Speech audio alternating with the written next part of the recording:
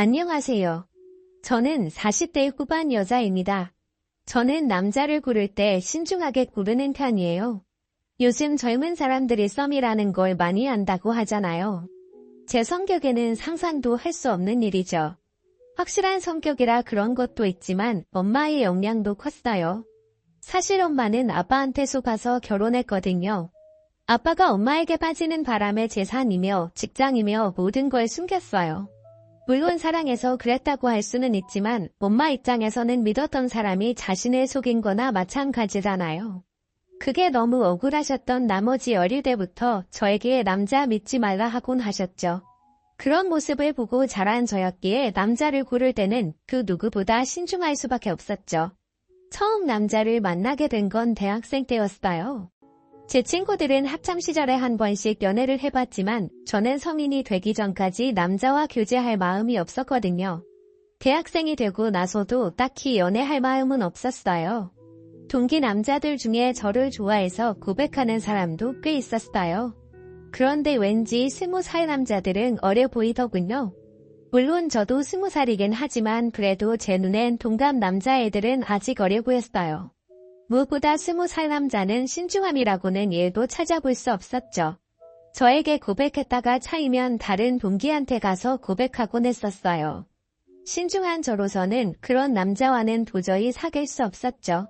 그런데 선배들 중에 남자로 느껴지는 선배가 있었어요. 제가 그리던 이상형에 조금 가깝긴 했지만 그렇다고 마음을 빼앗길 정도는 아니었죠. 전 외형보다 내면을 보던 사람이었기에 이상형이라고 해도 단번에 빠지거나 하지는 않았어요. 그런데 그 선배는 외형뿐만 아니라 내면도 따뜻한 사람이었어요. 그래서 후배들한테 인기가 많았어요. 발렌타인데이가 되면 그 선배 사물함에는 촛불리스로 가득 차곤 했었죠. 사실 저도 주고 싶은 마음은 있었지만 너무나도 인기가 많았기에 쉽사리 다가갈 수 없었답니다. 하루는 신입생들이 인사를 안 한다고 단체를 기합을 받는 날이 있었어요. 학번마다 기합 주는 선배가 정해져 있거든요. 그런 선배들은 꼰대들이 많았어요. 선배라는 권유를 내세워서 후배들을 마음대로 하곤 했죠. 제 대학 시절만 해도 후배들에게 육설을 퍼붓는다거나 폭행하는 행위는 비리로 유지했어요. 그런 일이 있을 때마다 분노가 끌어올랐지만 신입생은 아무 힘이 없었죠. 한참 기합을 받고 있는데 선배 한 명이 나타나서는 중지시키더군요. 다름 아닌 제가 좋아하는 선배였어요. 그 선배 이름이 유석 선배였거든요. 유석 선배는 기합을 주고 있는 선배에게 그만하라며 신입생들을 돌려보내라고 하더군요. 선배들 간에 실랑이가 벌어졌어요. 이러다가 큰일이 나는 게 아닌가 하는 생각이 들었죠. 유석 선배는 일단 저희를 밖으로 나가게 했어요. 그 모습에 기합을 주던 선배가 유석 선배 멱살을 잡더군요. 순식간에 손을 낚아채더니 기합 주던 선배를 내려 꽂아버렸어요. 바닥에 쓰러진 선배는 꼼짝을 못하더군요. 유석 선배는 다시 한번 신입생들을 괴롭히면 가만 안 둔다며 이 시간 이후로 기합을 없앨 거라고 했어요. 그 모습에 저뿐만 아니라 다른 학생들도 모두 반해버리고 말았죠. 심지어 남자애들까지 선배를 멋있어 했어요. 그날 이후 유석 선배의 인기는 하늘을 찔렀어요. 더 이상 범접할 수 없는 사람이 되어버렸죠. 저는 선배가 운영하는 동아리에 들어가게 되었어요. 선배는 타악 동아리를 운영했거든요. 큰 북을 치는 동아리였기에 지금까지는 남자 학생들에게 인기가 많았지만 유석 선배가 동아리장을 맡고 나서부터는 여자 학생들이 더 많아졌죠. 전 선배 때문에 들어간 게 아니라 학창시절부터 사물놀이 활동을 해왔던지라 차출되어 봤었죠. 정원 추가로 들어가기 힘든 상황에 저만 차출되어 가니 많이들 부러워하더군요. 동아리에서도 선배의 인기는 하늘을 찔렀어요. 선배가 북을 치기 때문에 여학생들은 선배의 팔뚝을 구경하기 위해 모여들곤 했죠. 심지어 다른 동아리 학생들도 구경을 오곤 했었어요. 거기다 자장한 성격이었기에 악기 치우는 일을 후배들에게 시키지 않고 같이 하더군요. 다른 선배들은 그런 유석 선배의 행동을 싫어했죠. 그렇게 되면 후배들이 버릇이 없어진다고 하더군요. 그렇지만 유석 선배는 그런 반응을 전혀 신경 쓰지 않았어요. 하루는 동아리 회식이 있던 날이었어요. 모두들 유석 선배 옆에 앉기 위해 혈안이 되어 있었죠. 전 그 경쟁에 끼고 싶지도 않았어요. 물론 선배 옆에 앉고 싶은 마음은 있었지만 대학 입시보다 치열했기 때문에 마음을 접을 수밖에 없었어요. 그런데 선배는 저더러 옆에 오라고 하더군요. 할 이야기가 있다고 했어요. 심장이 미친 듯이 뛰기 시작하더군요. 의도치 않은 상황에 당황했어요. 그 전까지 저와 한마디도 나눈 적도 없고 심지어 친하게 지낸 적도 없었거든요. 그런 저에게 옆에 앉으라고 하니 당연히 당황스럽지 않겠어요? 전 모두의 시세를 받으며 선배 옆에 갔어요. 너 유선이 맞지? 나랑 이름이 비슷해서 쉽게 외워지더라고. 불편하게 있지 말고 편하게 있어. 혼내려고 부른 것도 아닌데 왜 이렇게 긴장을 해? 기합 주는 것 같이 보이잖아. 칭찬하려고 부른 거니까 긴장 풀어도 돼. 지켜보니까 내가 확실히 다른 친구보다 실력이 좋더라고. 어릴 때부터 해서 그런지 기본기가 탄탄한 게 느껴져. 그래서 말인데 동아리 부장 한번 해보는 건 어때? 조금 이르긴 한데 실력이 좋으니까 충분히 잘해낼 것 같아서. 내가 해주면 든든할 것 같은데. 해줄 거지? 평소 동아리에 애정이 있었기에 받아 할 이유는 없었죠. 무엇보다 선배가 저를 쭉 지켜보았다는 말을 혹해버렸어요. 저를 좋게 보고 있다는 말이잖아요. 그렇게 전 부장이 되었어요. 그 이후로 선배와 붙어 다니는 일이 많아졌죠. 자연스럽게 가까워졌어요. 다른 남자가 다가오는 건 부담스러웠지만 선배만큼은 전혀 부담스럽지 않았어요. 지내면 지낼수록 더 좋은 사람이라는 게 느껴졌죠.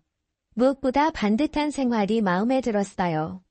술, 담배도 전혀 하지 않고 수업도 빼먹는 일이 없었죠. 선배에 대한 마음이 더 커져만 갔어요. 그렇지만 소심한 성격이었기에 10살이 좋아한다는 말을 건넬 수 없겠더군요. 그렇게 선배는 졸업을 하게 되었고 전 좋아한다는 말 한마디도 못 해본 채 선배를 떠나보내야만 했어요. 세월이 흘러 저도 어느덧 졸업을 하게 되었고 취직을 하게 되었어요. 일만 하다 보니 건강이 조금씩 안 좋아지는 것 같더라고요. 그래서 등산 동호회를 가입했어요. 그런데 이게 웬일인가요? 거기서 유석 선배를 다시 만나고야 말았죠. 신기하게 또다시 동호회에서 만나게 되었더군요. 보통 인연은 아니라고 생각했어요. 선배는 저를 보자마자 많이 이뻐졌다며 반가워하더군요. 선배를 보니 예전의 감정이 슬쩍 돋아나는 기분이었어요. 등산을 하면서 저희는 급격히 가까워졌어요. 타지에서 혼자 생활했던지라 기댈 곳이 필요했는데 때마침 유석 선배가 다시 나타난 거죠. 사회 생활을 해서 그런지 예전처럼 소심하게 행동하지 않았어요. 선배는 당돌해진 저의 모습을 보며 좋아하더군요. 저희는 또다시 급격히 가까워지기 시작했고 이번에는 제 마음을 솔직하게 말했어요. 그렇게 저희는 긴 시간을 돌고 돌아 결국 만나게 되었어요. 학교 다닐 때도 그랬지만 여전히 반듯한 사람이더군요. 그런데 조금 이상한 부분이 있었어요. 유독 엄마를 많이 챙기더군요. 데이트하는 도중에는 엄마하고 통화를 하더군요. 처음에는 그 모습이 보기 좋았어요. 엄마와 친하게 지내는 아들의 모습이 보기 좋잖아요. 그런데 제가 생각했던 것보다 너무 자주 연락을 하는 거예요. 결혼까지 생각하고 있었기에 그 모습이 조금 불편하긴 했지만 그렇다고 뭐라 할 수 있는 건 아니잖아요. 결혼하면 괜찮아지겠거니 하고 넘겼어요. 그렇지만 아직까지는 결혼에 대한 확신이 없었어요. 남자친구가 얼마를 버는지도 자세히 몰랐거든요. 저보다는 잘 버는 것 같았지만 왠지 모르게 수입을 숨긴다는 생각이 들었어요. 결혼하기 위해서는 무엇보다 경제적인 부분을 분명하는 것이 중요하잖아요. 하루는 남자친구가 조금 이상하더군요. 좋은 식당을 예약했다며 마치고 저녁을 먹자고 했어요. 누가 봐도 프로포즈를 위해서 예약한 식당 같았어요. 전 속아주는 척을 했죠. 왠지 모르게 내심 기대가 되더군요. 아니나 다를까 제 생각대로 프로포즈를 하더군요. 멋지게 반지를 꺼내면서 결혼을 해달라고 하더군요. 속으로는 기쁘지만 겉으로는 너무 기뻐하진 않았어요.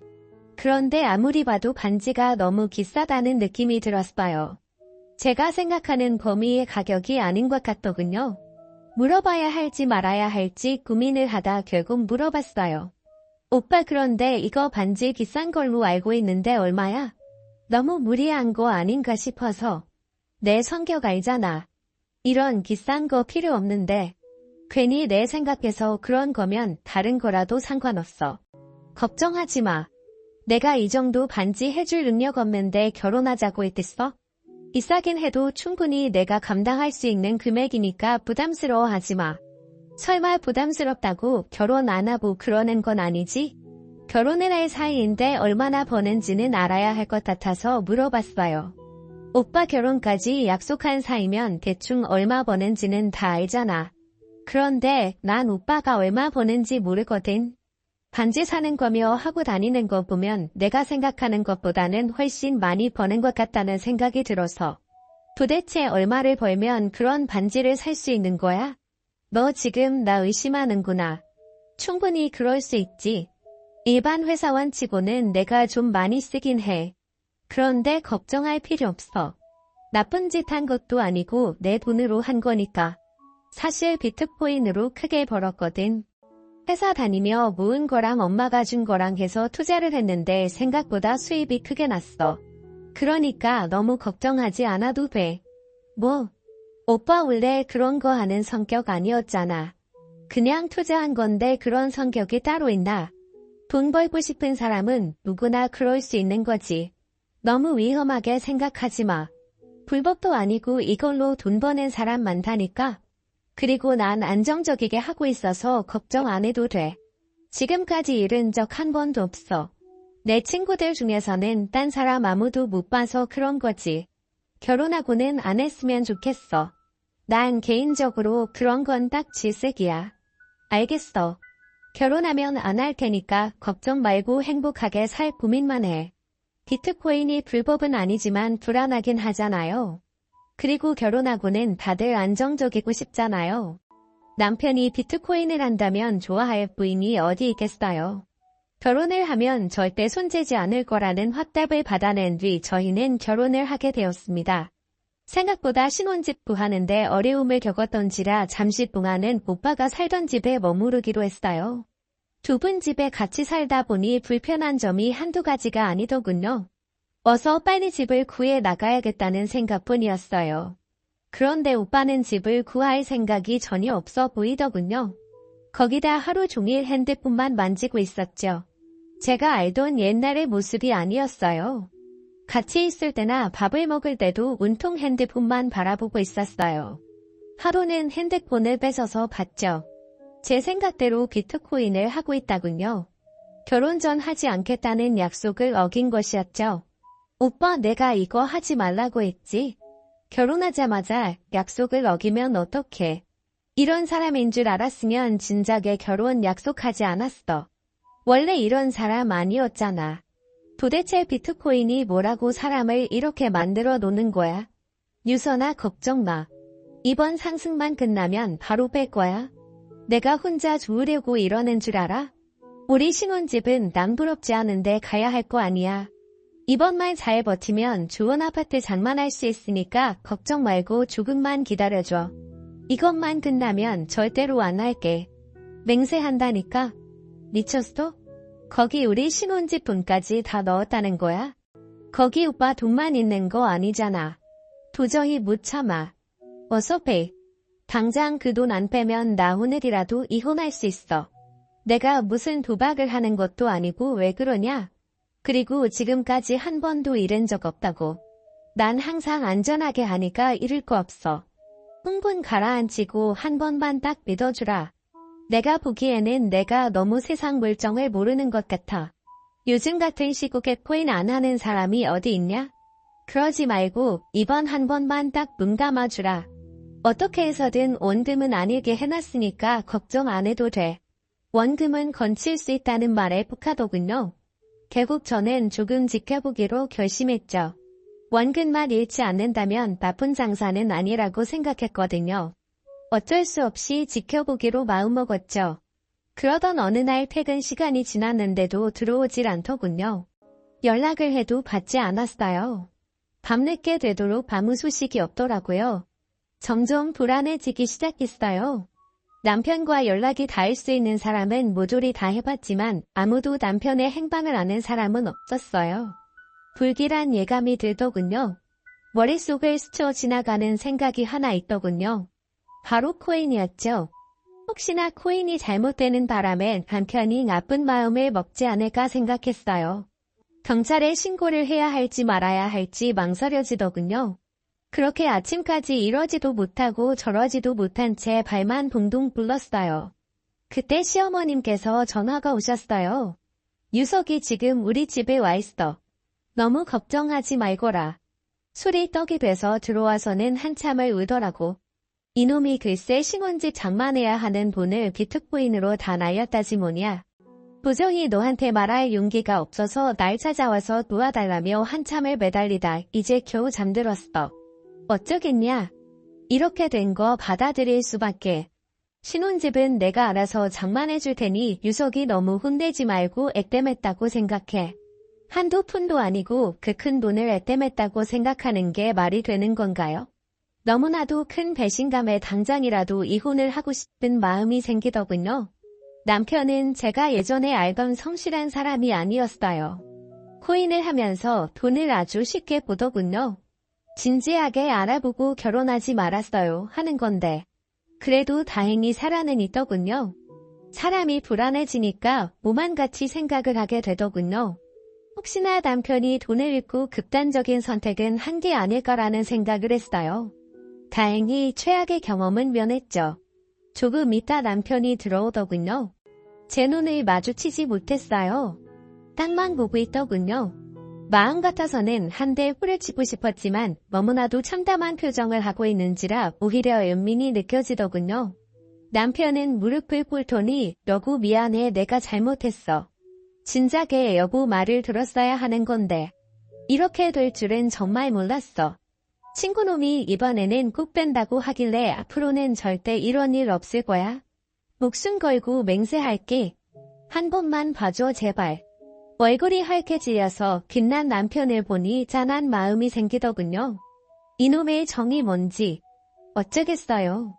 이혼할 수도 없는 노릇이고 거기다 어머님께서 집을 해주신다고 하니 참고 넘어가야 되지 않겠어요. 남편에게서 각서를 받아내고 사건은 일단락되었어요. 그날이 온 남편은 다시 예전처럼 돌아왔어요. 할래며 청소며 뭐든 자기가 도맡아서 하더군요. 그렇지만 좁아터진 집구석에서 단둘이 지내게 되니 계속 코인으로 날린 돈이 생각나더군요. 그런데 다행히도 시어머님께서 정말 집을 구해주셨어요. 사실 말로만 그러시는 줄 알았는데 정말 집을 구해주셨더군요. 어찌나 감사하던지 몸둘바를 모르겠더군요. 물론 남편이 날린 돈이라 시댁 쪽에서 책임을 져주는 게 당연하다고 생각해 줄 수 있겠지만 그게 어디 쉬운 일인가요? 능력이 된다고 한들 그러기엔 쉬운 일은 아니라고 생각했어요. 남편만 아니었어도 시어머님께 미안한 마음을 안 느껴도 되는 건데 왠지 모르게 빚을 진 느낌이 들더군요. 그런데 한 가지 걸리는 부분이 있었어요. 진명이가 시어머님 이름으로 되어 있었거든요. 결혼하면 남편과 공동명의로 된 집에서 살기 위해 돈을 악착같이 모았는데 제 이름으로 된 집 하나 장만하지 못했다는 사실이 서글프기만 하더군요. 거기다 한 가지 걸리는 점이 또 있었죠. 시어머님은 시대가 벌어서 10분 정도 거리에 집을 장만해 주셨어요. 너무나도 불편한 거리였죠. 왠지 일주일에 한두 번씩은 꼭 들려야 할 것 같은 기분이 들더군요. 모든 것이 제 상상과는 다르게 흘러갔어요. 남편이 더욱 원망스러워졌죠. 그러던 어느 날 퇴근 후 제가 먼저 집에 들어오게 되었는데 누군가 집 안에 있더군요. 남편과 방금 통화했을 때만 해도 회사라고 했었거든요. 전 도둑이 든 줄 알았죠. 그런데 현관에 신발을 보니 어머님 신발이지 뭐예요. 어머님 어떻게 들어오셨어요? 어떻게 들어오긴 아들한테 기밀번호 물어보고 들어왔지? 오늘따라 엄마가 해준 갈비찜이 먹고 싶다며 해놓고 가라지 뭐냐. 유석이가 내가 해준 음식이 입맛에 안 맞는가 봐. 그 애가 어릴 때부터 워낙 입맛이 까다로웠거든. 나 말고 다른 사람이 해주는 음식 일체 먹지도 않았다니까. 심지어 애들이 환장하는 피자, 치킨도 마다하고 내가 해주는 음식만 찾는 아이였어. 결혼하면 어쩌려나 걱정했는데 다행히 별말 없어서 마누라 음식이 입맛에 맞는가 보다 생각했는데 그게 아니다구나. 여태껏 참으면서 살았다지 뭐야. 내가 해준 음식이 맛없어서 그런 게 아니고 그의 입맛이 워낙 까다로워서 그런 거니까 너무 신경 쓰지 마라. 그리고 너도 일하는데 제대로 밥할 시간이 어딨냐. 내가 가끔씩 와서 밥 차려주고 갈게. 부담될 생각 없다. 그냥 너희 없을 때 잠시 왔다 갈 거니까 너무 신경 쓰지 말거라. 대한민국 어떤 며느리가 이런 상황에 신경을 쓰지 않을 수 있겠어요. 순간 남편이 미워지더군요. 전 남편이 들어오자마자 한 소리 했어요. 아니 어떻게 한마디 상의도 없이 이럴 수 있어? 집 청소도 제대로 안 해놨는데 어머님이 빨래까지 다 하셨단 말이야. 도대체 나를 얼마나 못난 며느리로 만들어야지 속이 풀리겠어. 결혼한다면 달라진다는 말이 당신한테는 예외일 줄 알았는데 당신도 똑같은 남자였구나.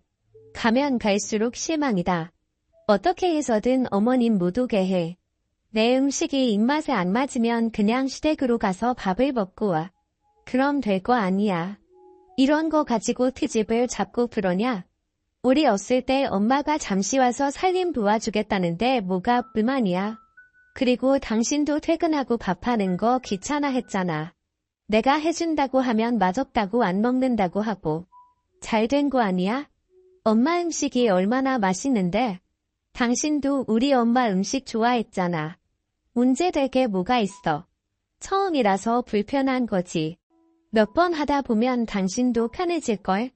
너무 얄밉다군요. 결혼하고 나서부터 계속 얄미운 질문 골라서 하더군요.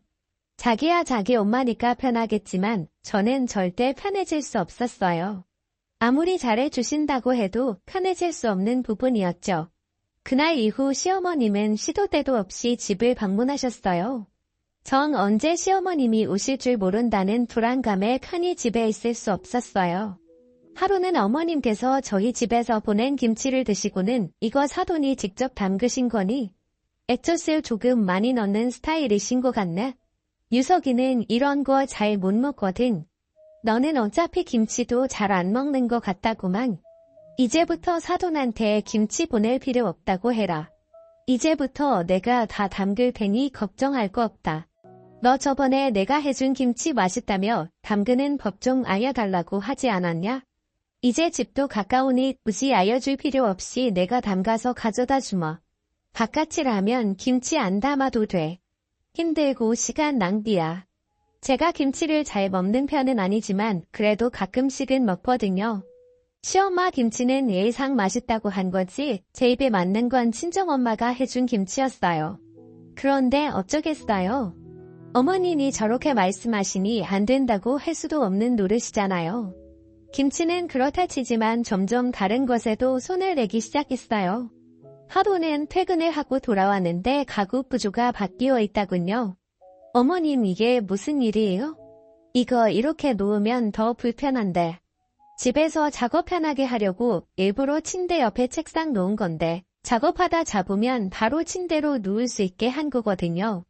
책상은 창문을 바라보고 놓는 게 좋은 거래. 탁 트인 경치를 바라봐야지 좋은 기운이 들어온다는구나.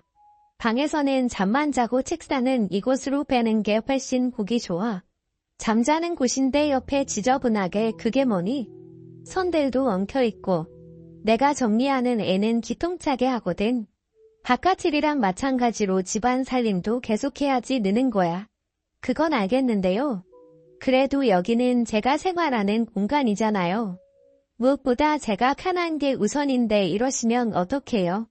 집이 남한테 보여주는 공간도 아니고 자기 편하자고 사는 공간인데 이렇게까지 하시는 건 아니라고 봐요. 내가 지금 나조차 하고 이러는 줄 아니? 너희 퇴근하고 들어왔을 때 집 깔끔하면 얼마나 좋아. 다 너희들 위해서 이렇게 하는 건데 참 섭섭하게 말하는구나. 정 마음에 안 들면 내가 다시 다 바꿔놓으마. 그럼 되는 거지? 아니에요 어머님. 제가 좀 신경이 날카로웠나 봐요. 다시 보니 어머님께서 해놓으신 게 훨씬 깔끔하게 보기 좋은 것 같네요. 고생 많으셨어요. 그래도 다음에 이런 일 하실 때는 상의 한 번만 해주세요. 어머님이 워낙 서운해하시길래 넘어가긴 했지만 이게 서운해할 일인가요? 누가 봐도 시어머님이 너무 과한 행동을 한 게 아닌가요? 사실 시어머님이 이렇게까지 하는 데는 이유가 있었어요. 시아버님이라는 이혼을 하시고 혼자서 지내셨거든요. 제가 생각하기에는 집을 해주신 것도 홀로 지내는 게 외로워서 그러신 것 같아요. 그렇지만 이건 해도 너무한 거 아니겠어요? 요즘 같은 세상에 이러는 시엄마가 어디 있겠어요? 남편에게 말해봤지만 얼마나 자기 엄마를 지극정성으로 생각하던지 저더러 이해하라고 하더군요. 연애 때 진작에 알아봤어야 하는 건데 엄마에게 지극정성인 남자들은 부인을 힘들게 한다고 하잖아요. 옛말인 하나도 틀린 게 없다는 생각이 들더군요. 안 그렇겠어요?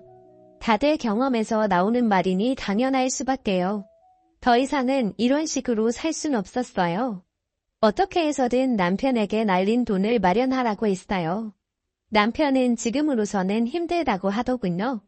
전 더 이상 물러날 수 없어 집 비밀번호를 변경했어요. 남편에게도 알려주지 않았죠. 일을 하고 있는데 어머님께 연락이 와서는 당장 비밀번호를 말하라고 하더군요. 저는 말할 수 없다고 했어요. 더 이상 제 허락 없이는 집에 못 들어간다고 했죠.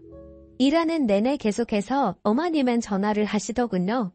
전 일부러 받지 않았어요. 퇴근 후 집에 들어갔을 때 전 경악을 금지 못했어요. 어머님이 집에 들어와 계시더군요. 업체를 불러 현관문을 뜯어버리신 거지 뭐예요. 너무나도 당혹스러웠어요. 어머니는 저를 보시더니 너 지금 나랑 장난하는 게야?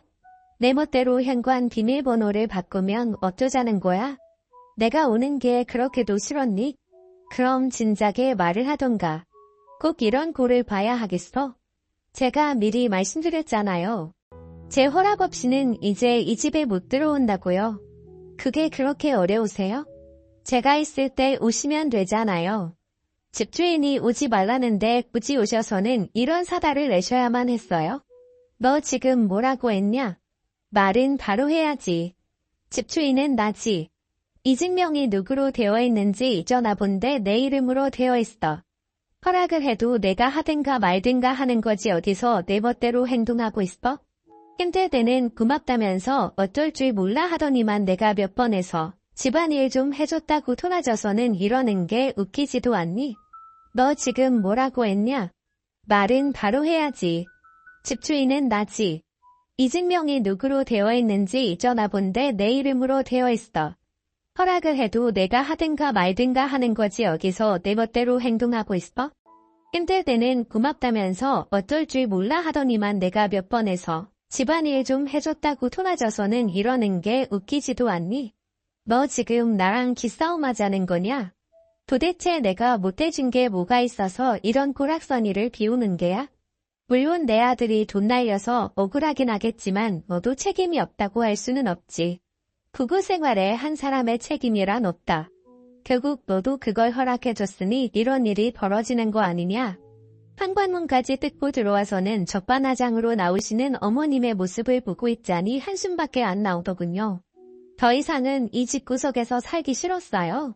그냥 좁아터진 집에 살더라도 아무런 간섭도 받지 않고 살고 싶었죠. 어머님, 집 해주신 건 고마운데 누가 해달라고 했어요? 그리고 어머님도 그 애한테 비트코인 해보라며 부추기셨다면서요. 다 들었어요. 처음에 시작한 계기도 어머님이 해보라고 해서 했다고 하던데요. 집 구해주신 것도 미안하셔서 그런 거 아니에요? 저희 신혼집 못 구한 건 어머님도 어느 정도 책임이 있으신 거예요. 너 지금 말 다 했냐?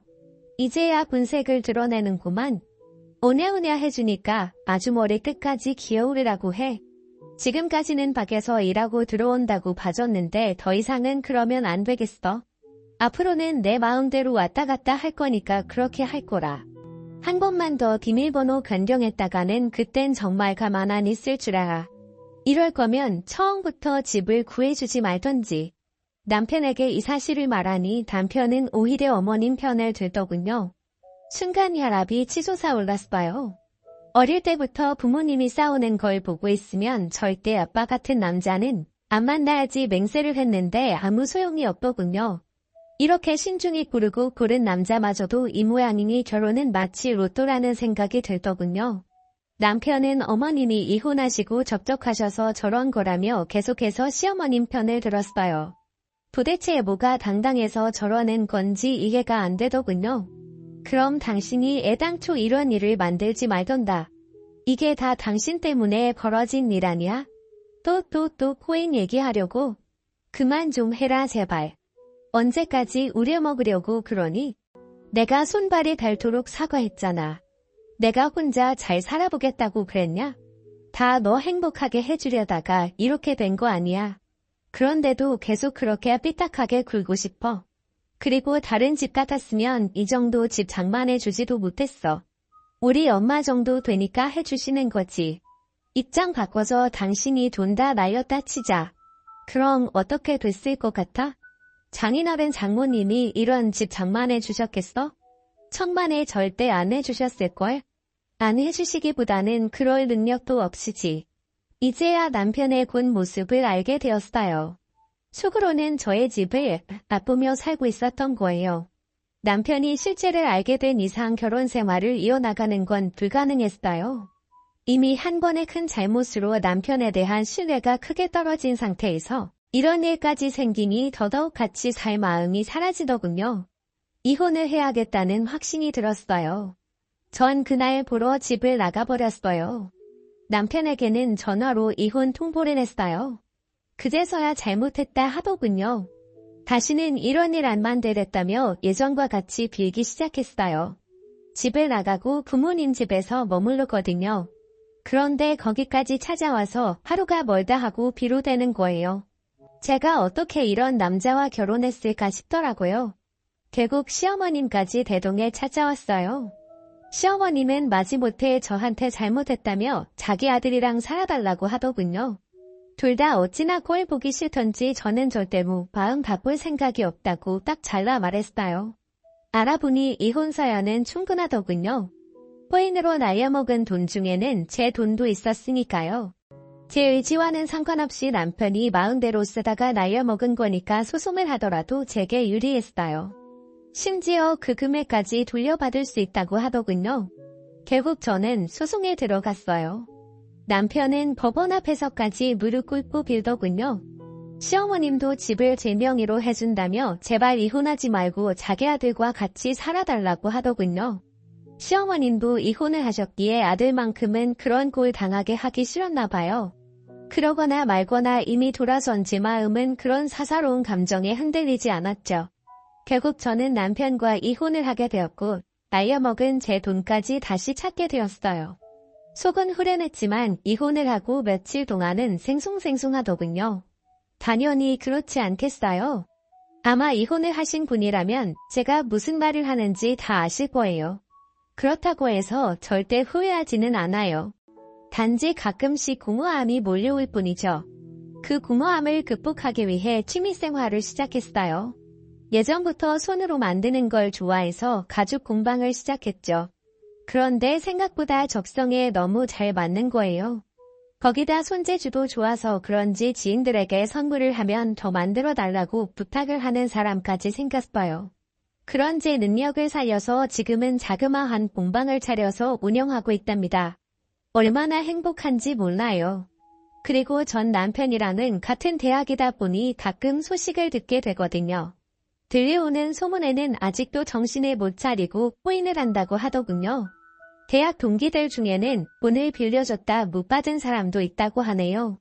그런 소식이 들을 때마다 이혼하길 100번 1000번 잘했다는 생각밖에 안 들더군요. 그러거나 말거나 이제 남 일이니 신경 쓸 필요 있겠어요. 저만 행복하면 장땡이죠. 아무튼 전 지금의 생활에 너무 만족하며 지내고 있어요. 이 행복을 지키기 위해 그 누구보다 최선을 다해 살고 있습니다.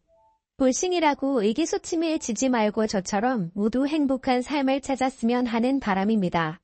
오늘의 사연은 여기까지입니다. 감사합니다.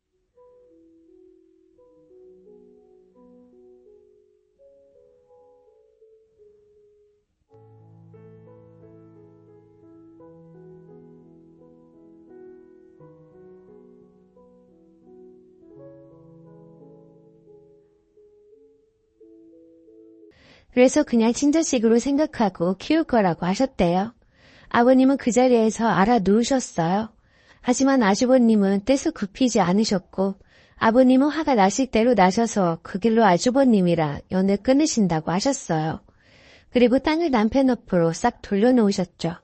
아버님이 이제는 앞으로 아들은 저희 남편 하나라고 생각하고 사시겠다고 아주버님께 다신 보지 말자고 하셨어요. 그런데 더 큰일이 일어났어요. 가족들이 모든 사실을 알게 된 것을 안 형님이란 여자가 자기 아들을 친아빠가 아닌 아주버님에게 맡긴 채 집을 나갔어요. 그러니까 자기 자식을 버린 거죠. 완전히 무책임한 여자였어요. 거기다 자기 명의로 된 아파트를 팔아서 돈만 들고 사라졌어요. 시아버지께서 기분 좋아지라고 명의를 앞으로 해준 게 화근이었죠. 상황이 이렇게까지 되었는데 아주버님은 그래도 부자의 연을 끊을 수 없다며 갓난아기를 혼자 키운다고 합니다. 속이고 결혼한 것도 모자라서 모든 진실이 다 까발려져서 사태가 이 지경이 되어 같이 살기 싫으면 적어도 자기 자식은 데리고 가야 하는 거 아닌가요? 왜 피도 안 섞이고 아무런 상관도 없는 아주버님이 그 아이를 책임져야 하나요? 완전히 아주버님은 이용당한 거였어요. 처음부터 돈을 노리고 아주버님하고 결혼한 것 같더군요. 세상에 이런 나쁜 여자는 처음 보네요. 남편이 그 여자를 찾으려고 이리저리 수소문해보았지만 못 찾았어요. 더 기가 막힌 거는 그 여자는 결혼 후에도 아기의 진짜 아빠와 계속 만나고 있었고 둘이서 아파트를 판 돈을 들고 도망갔다는 사실을 알게 되었죠. 아주버님에게 사실을 이야기하고 그 여자 아이 키우겠다는 마음을 접으라고 했죠. 하지만 아주버님은 아이를 키운다는 결심을 꺾지 않으시더군요. 주위에서 아무리 이야기를 해도 설득이 안 되네요. 저희 아주버님을 어떻게 해야 좋을지 모르겠습니다. 오늘 사연 어떠셨나요? 여러분의 소중한 의견 댓글 참여 부탁드려요. 구독 잊지 마시고 알림 설정 해두시면 다음 영상을 빠르게 보실 수 있습니다. 오늘의 사연 시작합니다. 안녕하세요. 결혼 2달 차 새댁입니다. 시국이 시국인지라 결혼식이 미뤄져서 원래 예정되어 있던 날짜에 혼인신고만 하고 신혼집으로 들어와 살고 있어요. 제목처럼 어머님이 저희 신혼집에서 환갑잔치 하자시네요. 남편의 외삼촌 내외와 사촌 동생 이모들 그리고 시누이와 시누이의 약혼남까지도 온다 합니다. 그런데 어머님이 저한테 직접 의견을 물어본 것도 아니고 남편에게 전화로 통보를 했습니다. 저희 결혼할 때 큰 가구라 꼭 필요한 가전제품만 구매했어요. 신혼집이 아직 많이 횡해요. 식기랑 자잘한 용품들은 살면서 채워갈 생각이었어요. 이런 집에 시부모님은 모셔도 싫은데 대가족 단위로 환갑잔치라뇨. 남편한테 무조건 싫다고 했습니다. 그랬더니 남편이 제 탓이라네요. 결혼 전에 남편 외가댁에 인사드리러 간 적이 있었어요. 그때 외삼촌 내외가 언제 어디로 이사하냐고 물어보시길래 이사 계획 말씀드리고 이사 다 하면 언제 한번 초대할게요 라고 제가 대답했습니다. 남편 말 네가 그때 초대한다 하지 않았냐. 예, 했죠. 했는데 그건 집들이 주최하는 집주인 마음이죠. 하지만 어머님 환갑잔치는 어머님이 멋대로 날짜 정하고 초대도 마음대로 하지 않았냐. 나는 아직 준비가 안 돼서 안 된다 하며 어머니께도 내가 전화해서 그렇게는 못하겠다고 말씀드릴 거다라고 하니 남편이 그럼 자기가 너무 서운할 거라네요. 남편이랑 이 일로 계속 대화하다 끝끝내 제가 화를 냈습니다. 아 하고 소리를 질렀어요. 그러니까 남편이 벙쪄서는 이상한 여자 쳐다보듯이 저를 바라보더라고요. 연애하면서부터 지금까지 단 한 번도 남편에게 이렇게 화낸 적이 없었어요. 역시 남자들은 결혼하면 효자가 된다더니 이놈도 다를 것 하나 없는 놈이었네요. 싸울 당시 저랑 남편은 같이 볼일 보러 나갔다 귀가하는 길이었는데 저는 남편한테 당장 차를 세우라 하고 내렸습니다. 남편에게 먼저 집에 가라고 한 뒤에 저는 친동생네 집으로 갔어요.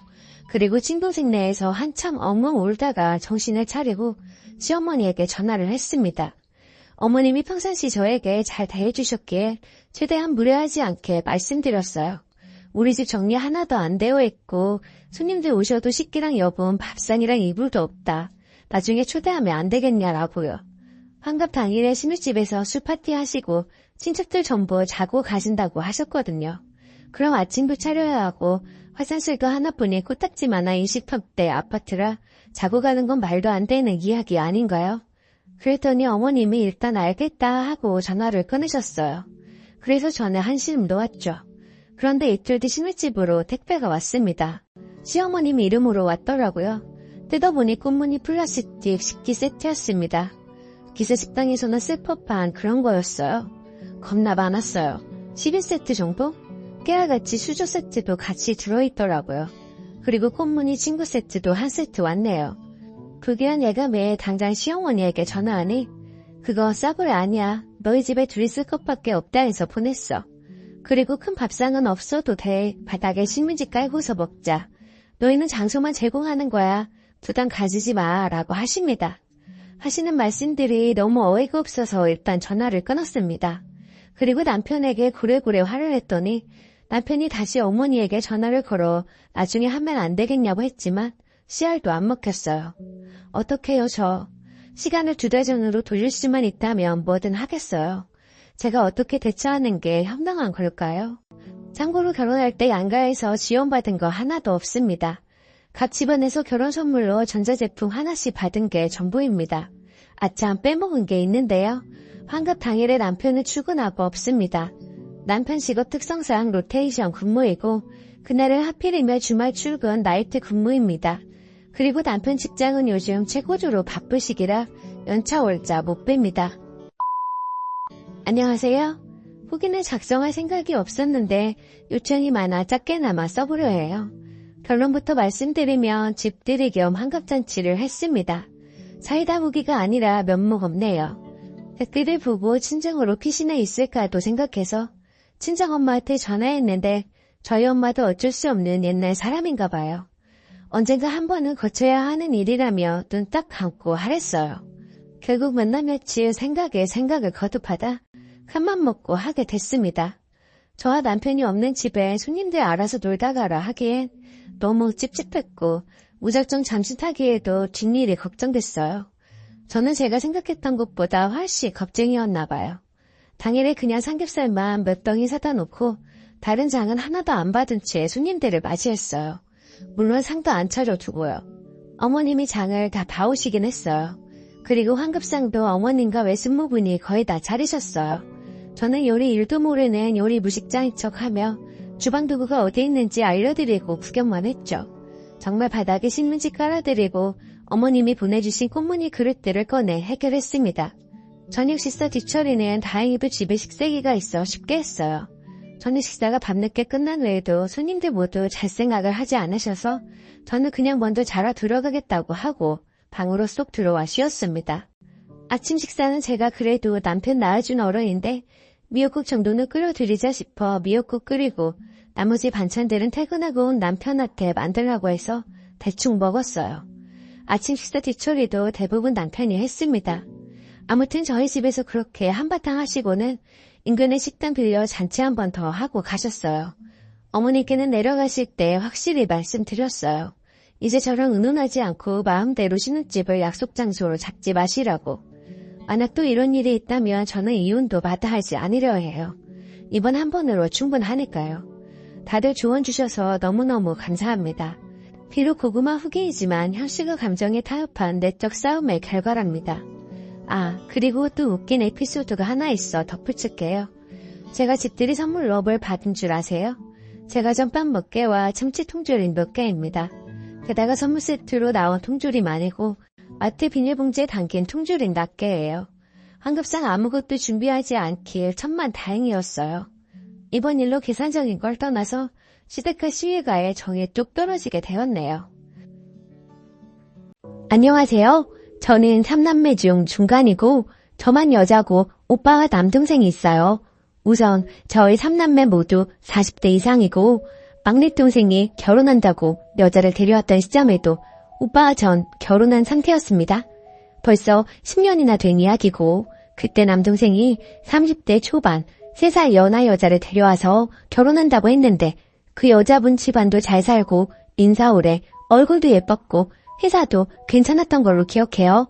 반면 저희 남동생은 중소기업 다니고 키 빼면 얼굴도 별로고 단지 결혼할 때 준다는 강남 변두리 아파트 하나 빼면 진짜 조건이 비로했다는 게 객관적인 사실이었어요. 아파트도 21평에 작고 오래된 아파트였어요.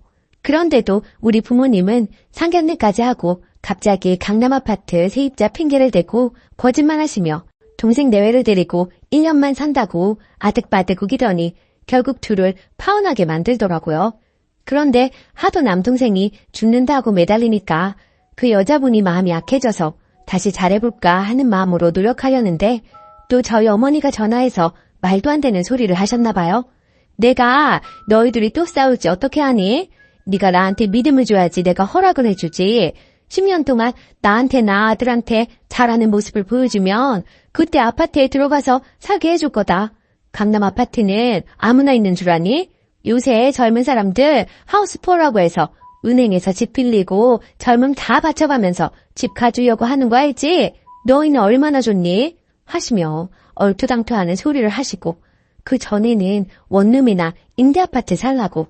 근데 그것도 불가능한 게 남동생은 모아놓은 돈은 없지만 그 여자분은 증여받고 본인이 모은 돈이 그 당시에 4억 정도 넘나? 그래서 임대아파트도 못 들어가는 상황이었어요. 떡하니 아파트 한 채 가지고 있는 여자한테 그 필요한 아파트 하나 들이밀며 협박 아닌 협박을 하던 저희 엄마였죠. 그래서 금융재산 내역까지 떼와서 이만저만해서 힘들다 어쩐다 하니까 그럼 그 돈으로 집 얻어서 10년 이상 애 낳고 알뜰하게 사는 모습 보여주면 인정하겠다고 그러다가 결국 여자분이 친정부모님 생각해서 포기하겠다고 했어요. 전화번호까지 바꾸고 남동생과 헤어졌는데 남동생하고 연락할까봐 저희 엄마가 먼저 전화번호 바꾸라고 하셨다네요. 그 뒤로 당연히 남동생은 폐인돼서 그나마 다니던 중소기업도 때려치우고 술 마시고 빚 만지고 엉망진창으로 살기에 10년간 집에서 그 빚만 갚아준 게 거의 1억입니다.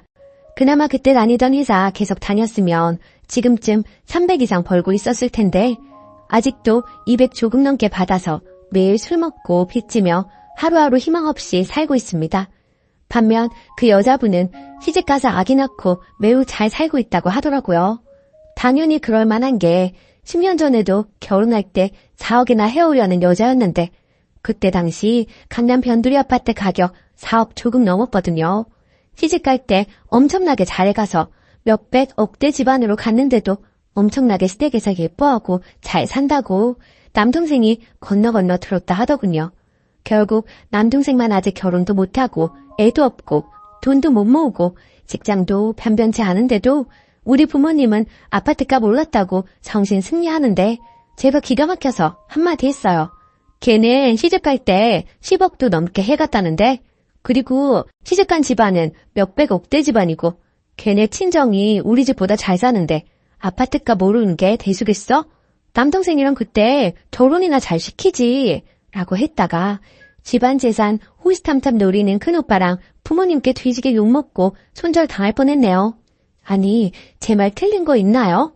부모님도 답답하지만 집에서 뜯어갈 만큼 뜯어가 놓고도 호시탐탐 노리면서 말도 안 되는 얘기도 다 지당하신 말씀이라고 편드는 큰오빠도 이해 불가고 나한테는 동생이지만 부모님 본인에게는 아들인데도 진짜 그렇게 생각하시는지 너무 답답해요. 추가. 저희 부모님 거주 중 서울 3층 단독주택 거주층 빼고 월세 받음, 시골 땅세 받음, 연금으로 사실만 합니다. 저랑 오빠는 지원 많이 받아서 남동생 목으로 작은 아파트 해놓은 것이라고 자주 이야기했으나 결정적으로 결혼한다고 하니 파투 낸 거고요. 그리고는 그 후로 현재까지 아파트 가격 조금씩 오를 때마다 팔고 현금 넣어두고 쓰시라고 큰오빠가 부모님 꼬시는 중입니다. 저는 그러면 부모님 세금 부담 늘고 진짜 막내가 장가가 된 묵하든 집 한 채는 온전히 해줘야 하는 거 아니냐고 반대했어요. 솔직히 우리 집안 장남 우쭈쭈 하는 집안 맞고 그 장남이 좀 양심 없는 것도 맞습니다. 큰오빠 결혼할 때 서울 아파트 30평대 사주셨어요. 조카 낳고 이사 갈 때 몇천에서 1억가량 여러 번 지원해 주셨고요. 심지어 큰오빠 처가에 집 없다고 인천에 빌라를 사주었는데 지원 당시 8천만 원이었습니다. 저 시집갈 때 2억가량 혼수, 집값 보태라고 지원해 주었고요. 아무튼 남동생이 좀 안쓰러워요. 얼른 정신 차리고 남동생도 제대로 살고 결혼도 하고 그랬으면 좋겠는데 희박해 보이네요. 누나로서 안타까운 마음이 들다가 문득 생각나서 글 적어봅니다. 댓글. 이 집은 부부가 원수로 만난 게 아니라 부모와 자식이 원수로 만났네요. 근데 웃긴 건 둘째, 셋째가 부모와 인연을 끊어도 첫째가 부모에게 원수 갚아줄 것 같아요. 요리조리 돈 다 빼먹고 나면 먹튀할 것 같아 보이는데요. 댓글 2. 장남은 장남이라고 대접받고 님은 하나뿐인 딸이니까 그래도 챙김 받은 것 같고요. 막내 아들이 안 아픈 손가락인가 보네요. 아들, 딸 낳고 나니 안 아쉬운 아들이요. 부모님 혼내지 마시고 님이 측은지심으로 설득해 보셔요. 우리 응능이 불쌍하지 않느냐 이런 식으로요. 오히려 그런 게 부모님께 먹힐 수도 있어요. 님도 오빠한테 재산 뜯긴 부모님 떠맡지 않게 조심하시고요. 두 번째 사연. 좋은 시어머니인 줄 알았는데 간섭이 너무 심하네요. 안녕하세요. 염치 없지만 얼굴도 모르는 분들께 고견 바라며 글 써보겠습니다. 저는 비혼에 가깝게 살다 결혼한 지 2년 반이 되었습니다. 그 사이에 아가도 한 명 낳았고 현재 생후 50일 넘어갑니다. 시가 구성원은 시아버지, 시어머니, 그리고 남편 아래로 9살 차이 나는 시누이가 있어요. 성격은 시아버지, 시누이는 좋게 말해 무던한 스타일입니다. 무관심이 더 맞을 수도 있겠네요. 물에 술 탄 듯, 술에 물 탄 듯. 시어머니는 일단 정신이 없어요. 나머지는 읽고 판단해 주시길 바래요.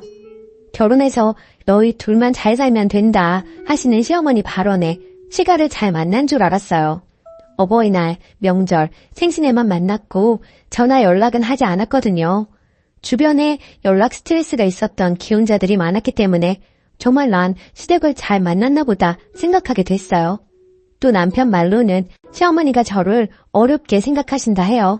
제가 키도 크고 인상이 좀 센 편이거든요. 신혼 때 제가 출근해서 집에 없는 사이 시어머니께서 몇 번을 집 청소해놓고 가시길래 정말 깜짝 놀랐어요. 결국 남편 잡고 불만을 토로했죠. 회사 남자 직원들한테 고민 토로했더니 저를 놀리더라고요. 남자 직원들조차 이해 못하는 그런 상황이었던 거죠.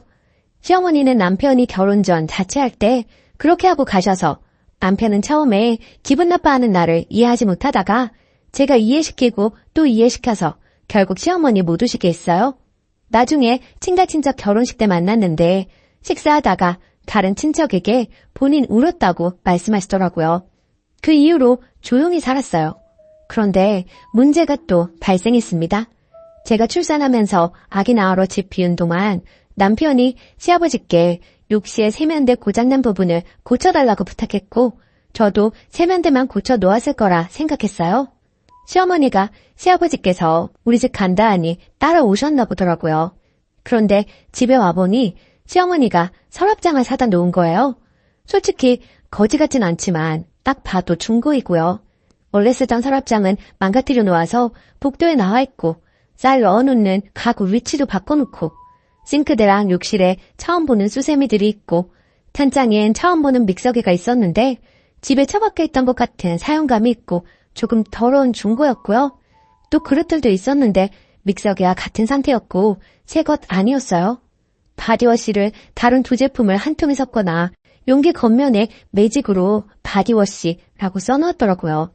저는 제가 없는 동안 집 인테리어가 바뀔 정도의 변화는 예상도 못했고 남이 쓰던 것 같은 상태의 물건들을 쓰고 싶지도 않았어요.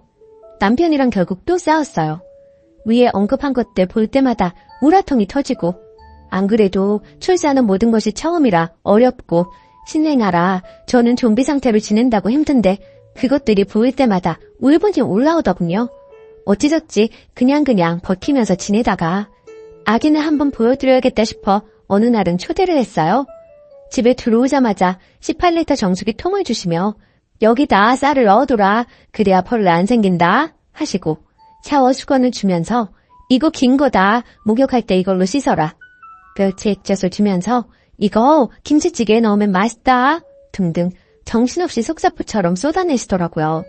정말 표정 관리하느라 힘들었어요. 아기를 한 번씩 안겨드리고 잠깐의 대화를 나눴어요. 아기가 잠이 들고 방에 누이고 배달한 음식이 도착했고 먹으려는 찰나 아기가 깨서 울어서 제가 아기를 재우러 방에 들어갔어요. 아기가 낯선 사람들이 와서인지 잘 못 자더라고요. 거실에서 시끄럽게 하기도 했어요. 방 안에 들어가 있으니 시어머니가 찬장도 열고 그릇이 어쨌니 냉장고도 열고 남편한테 본인이 한 된장찌개 먹었니 하면서 살림을 다 건드리더라고요.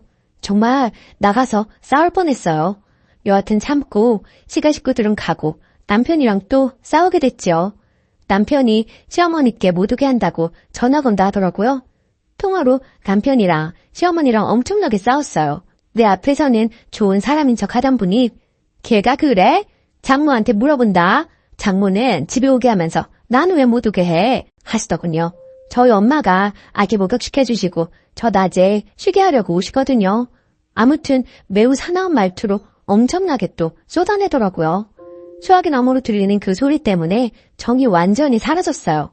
그리고 어버이날에는 남편 만시가 갔다 왔어요. 아기도 있고 제가 아기 보느라 허리가 나가서 잘 못 걸었거든요.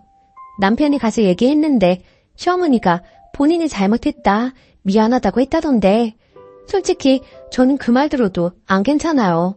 남편이랑 시어머니 통화 사건 이후로 시어머니 생각만 하면 숨이 가빠지고 이게 공황장애인가 싶게 되어버렸어요. 제가 어떻게 해야 하죠?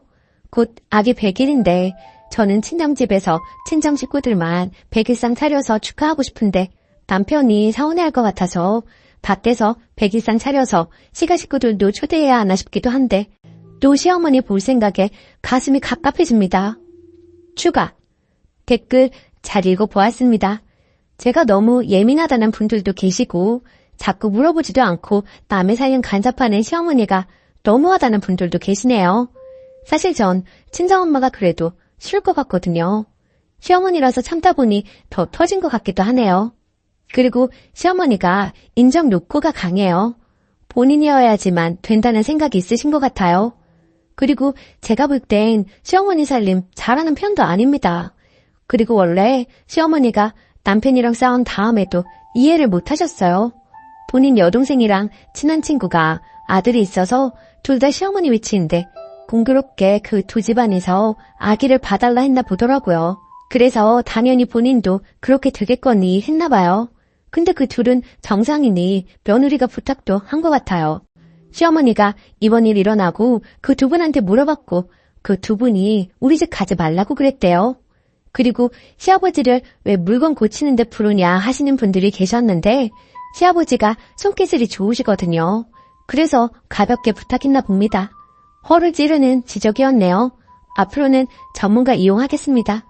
저는 저희 부모님 욕 먹을까 봐서 가장 걱정이라 아직 가만히 있는 중이거든요. 솔직히 시어머니가 저 싫어해도 상관은 없어요. 어차피 노력하든 안 하든 저 좋아할 사람은 좋아하고 싫어할 사람은 싫어하니까. 다른 사람이 나에 대해 갖는 호감, 비호감에 관해 관심 없고요. 하지만 중간에서 남편이 많이 힘들 테니 정말 최소한의 도리는 해야겠다라고 생각의 정리는 맞췄네요. 댓글 읽고 남편 잡지 말고 잘해줘야겠다 싶었어요. 남편은 제 편이어야 하니까요. 100일은 시댁 식구들하고 밖에서 소소하게 밥 먹어야겠습니다. 깨달음 주셔서 감사해요. 댓글 1. 아들이 좀 막내 스타일인가 봐요. 아빠한테 고쳐달라는 건 좀. 그리고 시어머니 살림 마음대로 들여놓는 거 소름이네요. 자기 집이라고 생각하는 건가? 아무튼 하나씩 지금처럼 태클 걸어가며 못하게 선을 그어가는 방법밖에 없어요. 신기한 건 이거 안 된다 하면 오케이, 미안하다, 잘못했다 하고 바로 이상한 민폐 행동 망원 시전. 그래도 시어머니가 본인 잘못이라고 하시는 거 보니 말이 안 통하시는 분은 아닌 것 같네요. 근데 보통 모든 어른 고집은 못 꺾어요. 적당히 그러려니 하고 진짜 못 참는 것들만 솔직히 말씀드려서 해결해봐요. 댓글 2. 저는 시모 때문에 꼭 참다가 애 낳고 폭발했어요. 신랑과 이혼 직전까지 갔고요. 우리 신랑도 그랬어요. 그게 뭐가 문제야? 엄마 의도는 그런 게 아니야. 결국 부부 상담 받고 신랑이 많이 변했습니다. 시모가 무례한 진상이라는 게 판명 났거든요.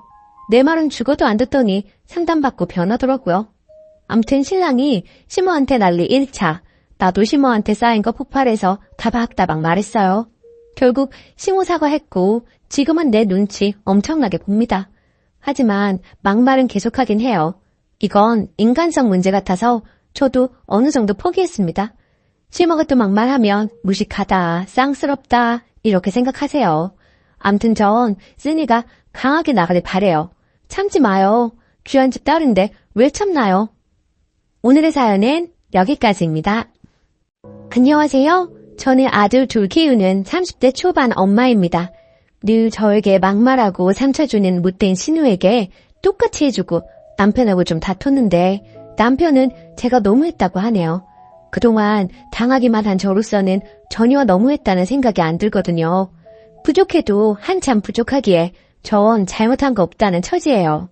하도 저에게 너무했다고 말을 하길래 댓글 보고 사과하든 사과받든 하려고 합니다. 소소하게 신우이는 저에게 막말을 참 많이 했어요. 그 옷 어디서 샀어요? 언니는 참 검소한 것 같아요, 사람이. 브랜드보다는 보세 옷을 많이 입잖아요. 하면서 돌려가기는 기본이고 살 좀 빼라는 둥, 좀 꾸미고 다니라는 둥, 뒤에는 꼭 농담이라는 말을 붙여가면서 사람을 더 기분 나쁘게 했어요. 그런 일들이 비일비재했고 사건의 주축이 된 일은 제가 아기를 낳고 난 뒤였어요. 첫 아들이 태어났을 때 속눈썹이 너무 길더라고요.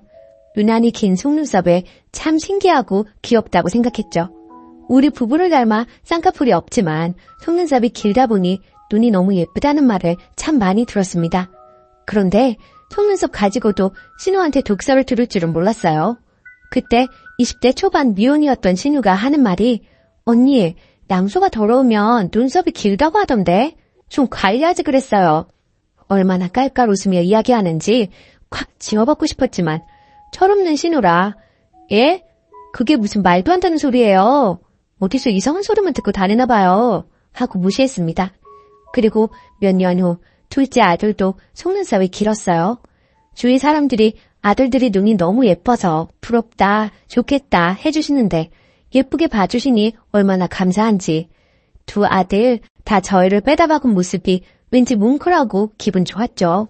그런데 이 격떨어지는 20대 중반이 된 신우가 또 입을 놀리더라고요. 언니, 관리 좀 하라니까요. 양수가 더러우니 속눈썹이 저렇게 길잖아요. 하더라고요. 그래서 대답했죠. 그러게요. 근데 나 어머님께서 해주시는 반찬이랑 아버님이 사주신 과일로 대부분 먹었는데 뭐가 그렇게 더러웠을까요? 라고요. 그랬더니 아우 농담이지 뭘 그렇게 대답해요. 엄마 아빠 들으면 서운하시게 하더라고요.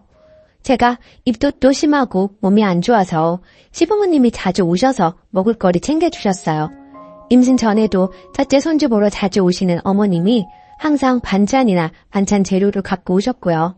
한 번씩 시댁 모임 가면 시부모님이나 남편은 가만히 있는데 신우 이것이 저를 한 번씩 뒤틀어요.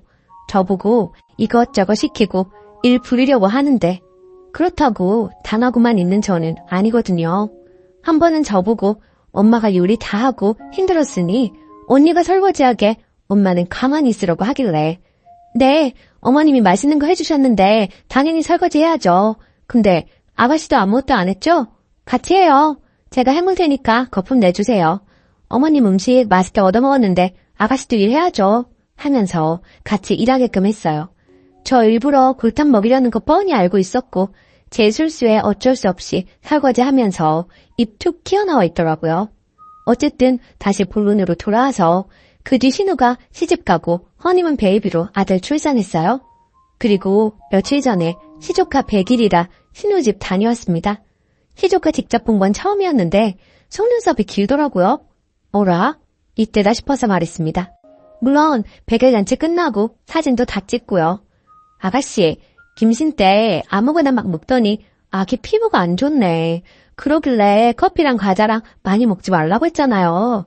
100일 전에 피부가 이런 건 또 처음 본다. 그리고 아가씨 양수도 많이 더러웠나 봐요.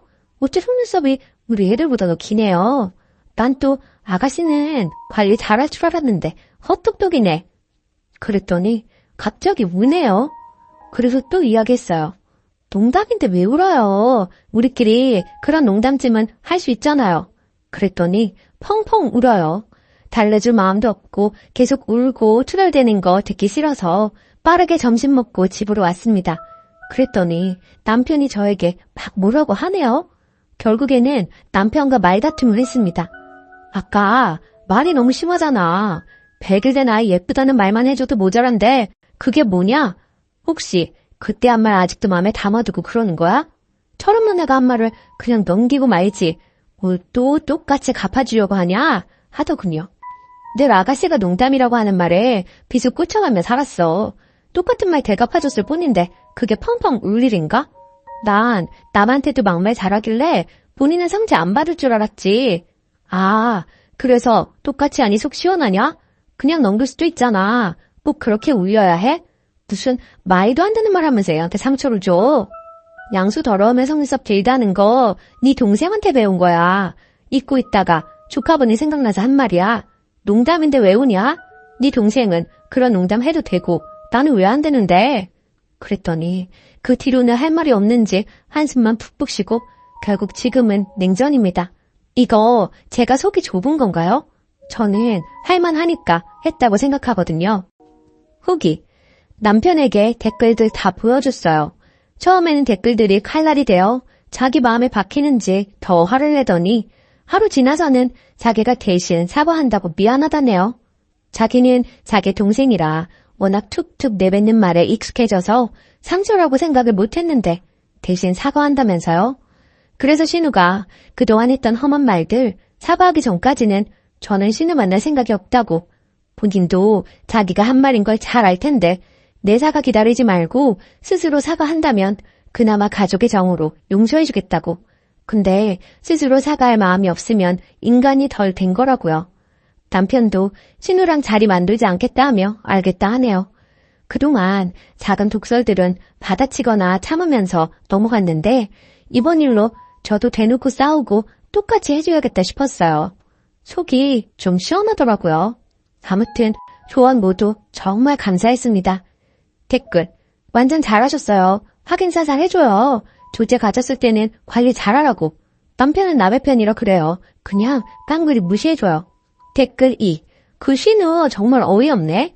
고작 한 번 듣고 울어요. 님은 두 번씩이나 똑같은 말을 들었는데 남편분은 어디 머리가 고장나셨나? 본인이 남편으로서 저런 말도 이제 때는 하지 못하도록 제 동생 관리를 했어야지. 더러운 건 양수가 아니라 신우 주둥이구만. 두 번째 사연. 저희 엄마와 잘 지내는 줄 알았는데 아내가 이혼하자네요. 안녕하세요. 너무 답답한 마음에 글을 올립니다. 아내에게도 보여줄 생각으로 솔직하게 쓰겠습니다. 결혼해서 이제 돌된 아기를 키우고 있습니다. 아내와 결혼할 때 양가에서 반반 지원받았고 아내는 모아둔 돈이 5천만 원 가량 있었고 저는 모아둔 돈이 없는 상태였습니다. 이 부분에 대해 늘 아내에게 미안하게 생각합니다. 결혼하고 맞벌이로 생활하다가 아내가 임신하며 이를 관두고 결혼하고 경기도로 거처를 옮기는 바람에 주변에 아무도 없고 양가 도움밖에 먼 거리라 아내 혼자 유가족입니다. 아내는 결혼하고 친구를 만난 적도 손에 꼽고 아기 태어나고는 외출을 아예 안 합니다. 제가 주말에 나가서 친구들과 시간 보내라 해도 주말엔 가족과 시간 보내고 싶다며 나가질 않습니다. 본인을 위한 건 아무것도 사질 않고 항상 제 것과 아기 것만 사길래 옷 좀 사자고 밖에 데리고 나가도 눈요기만 하고 돌아옵니다. 출산 선물로 명품 가방 사준다 골라보라 해도 그런 건 나중에 여유 있을 때 사도 늦지 않다고 이야기합니다. 결혼 전 화려하고 꾸미는 거 좋아하고 친구도 정말 많은 사람이었는데 결혼 출산으로 모든 것이 바뀌었는데도 힘든 내색 없이 매일 행복하다는 사람이기에 저도 너무 행복했고 문제가 없을 줄 알았습니다. 이런 아내가 아주 고마워 정말 잘했고 잘하려고 노력했습니다. 출산했을 때 비싼 곳은 싫다는 아내에게 제발 이번만 내 말 따라달라며 비싼 산후조리원을 잡았고 아기 태어나고는 친구 만난 적 한 번도 없습니다. 아내도 그런 제게 늘 고맙다고 했습니다. 그런데 이번 주 월요일 퇴근하고 돌아왔는데 분위기가 심상치 않았고 아내가 할 이야기가 있다고 하더니 이혼을 하고 싶다고 하더군요. 저는 갑자기 그게 무슨 소리냐 물었고 아내는 전날 일요일 제 가족과 식사했던 상황을 이야기하며 더 못 참겠다고 얘기했습니다. 결혼하고 아내는 저의 부모님의 막말로 힘들어했습니다. 저는 평생을 그런 집에서 자라왔기에 크게 신경 쓰지 못했던 게 있습니다. 몇 번 나설까도 생각했지만 제가 나섰다가 괜히 분위기가 더 안 좋아질까봐 그냥 넘겼던 적이 몇 번 있었습니다. 저는 결혼 전부터 가족과 그리 가깝지도 않았고 원래부터 서로 막말하고 어투가 다정하지 못합니다. 대화도 전화도 하고 살았던 적이 없습니다. 그런데 결혼하고 아내가 자꾸 집에 전화하라고 하고 제가 안 하면 아내가 전화하고 명절 생신 때 식사 약속도 잡길래 아내가 우리 집 문화를 멋지게 넘기는구나 했었습니다. 처음 아내가 힘들다고 얘기했던 게 아내가 만삭 때 가족 식사를 한 날이었습니다. 그날도 저희 부모님께서 아내에게 좀 모욕적인 말을 하셨고 저는 분위기가 안 좋아질까봐 그냥 가만히 있었던 것 같습니다. 아내가 그날 여태는 그냥 넘겼지만 아기 앞에서는 이런 모습 보이고 싶지 않다며 날 야라고 부르시는 것과 명령체를 쓰시며 비하하는 말, 모욕적인 말을 하시는 걸 못하게 막아달라고 했습니다. 솔직히 여태 그냥 넘겨놓고 이러는 게 저는 이해가 안 가기도 했습니다.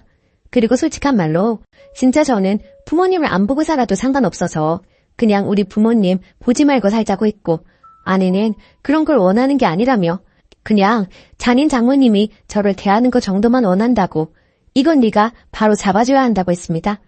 그날 이후로 몇 번의 가족 식사가 있었고 부모님께서 거스르는 말씀은 몇 번 하셨지만 심하지 않아 그냥 넘어갔던 걸로 기억합니다. 아내도 별말 없길래 괜찮은 줄 알았는데 갑자기 이혼하자 하니 전 너무 벙찝니다. 여태 저희 부모님들께서 하셨던 행동들과 말들을 날짜별로 모두 정리해서 적어둔 걸 보여주며 여태 본인은 이만큼 참았고 아기를 위해서도 더 그만 참고 싶다고 합니다. 일요일 가족 식사 때 아버지께서 담배를 피우고 아기를 만지고 뽀뽀하셨다는 걸 아내가 나중에 알게 됐고 아내가 아버님 담배 피우고 아기를 만지고 뽀뽀하신 거야?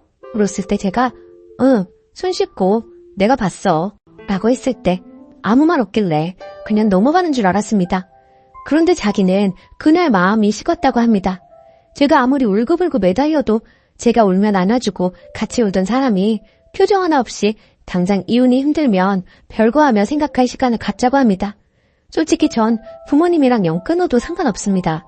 결혼 전에 저는 정말 불행했어요. 결혼하고 이제야 행복해졌는데 제가 왜 우리 부모님 때문에 이런 일을 겪어야 하는지 정말 너무 아내를 붙잡고 싶습니다. 제발 아내를 잡는 방법을 알려주세요. 후기.